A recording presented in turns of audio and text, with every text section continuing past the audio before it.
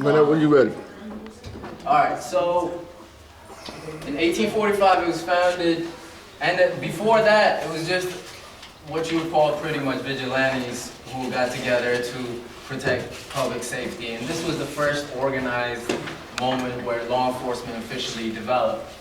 And at that moment, you can remember the goal of that was there was a lot of racism. It was still in the thick of it, and one of the goals was to maintain the structure. The people who had money, the white people who had money, wanted to protect their wealth and their interests, and this was having a police force could protect that. So this is where we start in this background, and we move forward. This history. There's many years where there's been lynchings, including in New York. And it's a tough time, but we're going to skip that and go to 1964, when the Civil Rights Act and the Civil Rights Movement really picked up. And there was a lot of push, and we've seen all the films, the historical footage of cops literally turning on the fire hoses, cops letting go of the dogs so they could bite. That's firmly implanted in our memory, and that's something that is always a reminder of what the situation was, and to many extents still exists today. Here, the Watts riots. Do you guys know what the Watts riots are? They're very famous moments in 1965 in Los Angeles, where in the Watts section, a poor black neighborhood, which after a police arrest, people rose up, and they actually, there was a lot of destruction, and unfortunately, that wasn't, it reflected the anger of the community. They felt powerless, and that exploded into a big riot. And soon after that, with the Black Panther Party forming right around 1966, you all know Black Panther Party, right? They were founded in Oakland. They were known as pretty much the liberation movement that advocated for equality and economic freedom and self-determination. And Bobby Seale and Huey Newton, who were one of the founders of the Black Panther Party, actually organized the first cop watch in 1967. And there's a piece where they actually were learned. They were university students, and they actually read the laws, read the book, saw what it said, and they realized that they had the right to bear arms, Second Amendment, and they saw all the police violence that was going on in their community. They saw how the cops acted. So they wanted to make sure that wasn't happening. So they got together, about 15 people, 15 brothers and sisters, and started following police with their arms. And the police confronted them. It's like, what are you doing? They've never seen that before. And they were like, well, since we always see you doing all this kind of things, we have the legal right.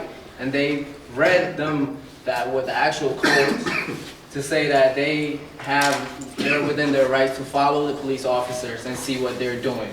And at the same time, they were informing people about their rights. They were informing people about what's going on, about the problems.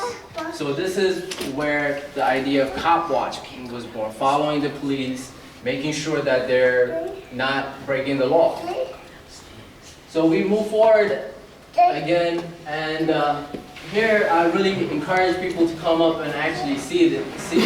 But it's a list of people who are actually killed or attacked by police officers during the 90s. And the list, this is just in New York City, and that definitely doesn't cover all the ones that were not written down or were not covered.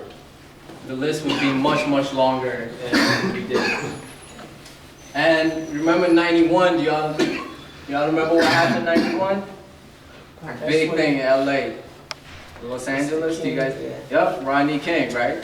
So that was huge, and probably the most visible one was actually caught on camera, right? So, and with that, we saw what happened. It was a huge reaction. It was the LA riots, and that shows you the connection, just like the Watts riots, just like the Rodney King riots. A lot of things happen as a result of police violence. People are fed up and react to it. Right?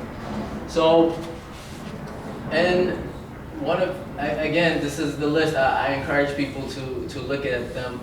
But one of the things that we've also included are some of the resistance against police violence and police oppression. And one of the, as I mentioned, there was the Cop Watch. The other one was the New York NYC Coalition Against Police Brutality, and which brought in a lot of groups together to push for a number of things. One of them being the CCRB, the Civilian Complaint Review Board, and that was a push because there was no way to file complaints and actually address the problems that are going on with police abusing their authority. And then in 2007, after Sean Bell incident, a new coalition was formed called People's Justice. And the People's Justice is a number of organizations that have come together and are working to promote both, inform people about their legal rights, but also get people to be informed about Cop Watch and actually get them involved. So we're actually working with People's Justice right now. We do Know Your Rights workshops around policing. We go into schools, we go into community centers and inform people about their legal rights and what to do. And we're working on seeing, if a Cop Watch team can be organized around the neighborhood. And we definitely want to hear your thoughts about that as well. And lastly, in 2009, another incident, a pretty famous one out of Oakland, which was the Oscar Grant, right? Y'all remember Oscar Grant? No? Oakland, when the transit officer actually took this young man down and shot him in the back while he was lying down. And that was caught on camera again. And after that, there was a huge pushback where a lot of people stood up, So I think we see a pattern where there's always some incidents and then people start to rise back. And we're fitting right here. We're in the process, at least we like to think of it that way, because there's always going to be some sort of police violence, and there's going to be a lot of resistance. And unfortunately, I have to add another one that happened recently. You guys heard about the Bronx beating? Did people see the video of the child what happened? With the 19-year-old, yeah, last week. Down, and they just totally Yeah. all them just beating And there was another one. nothing. There was another one, like Before 2 days that? ago.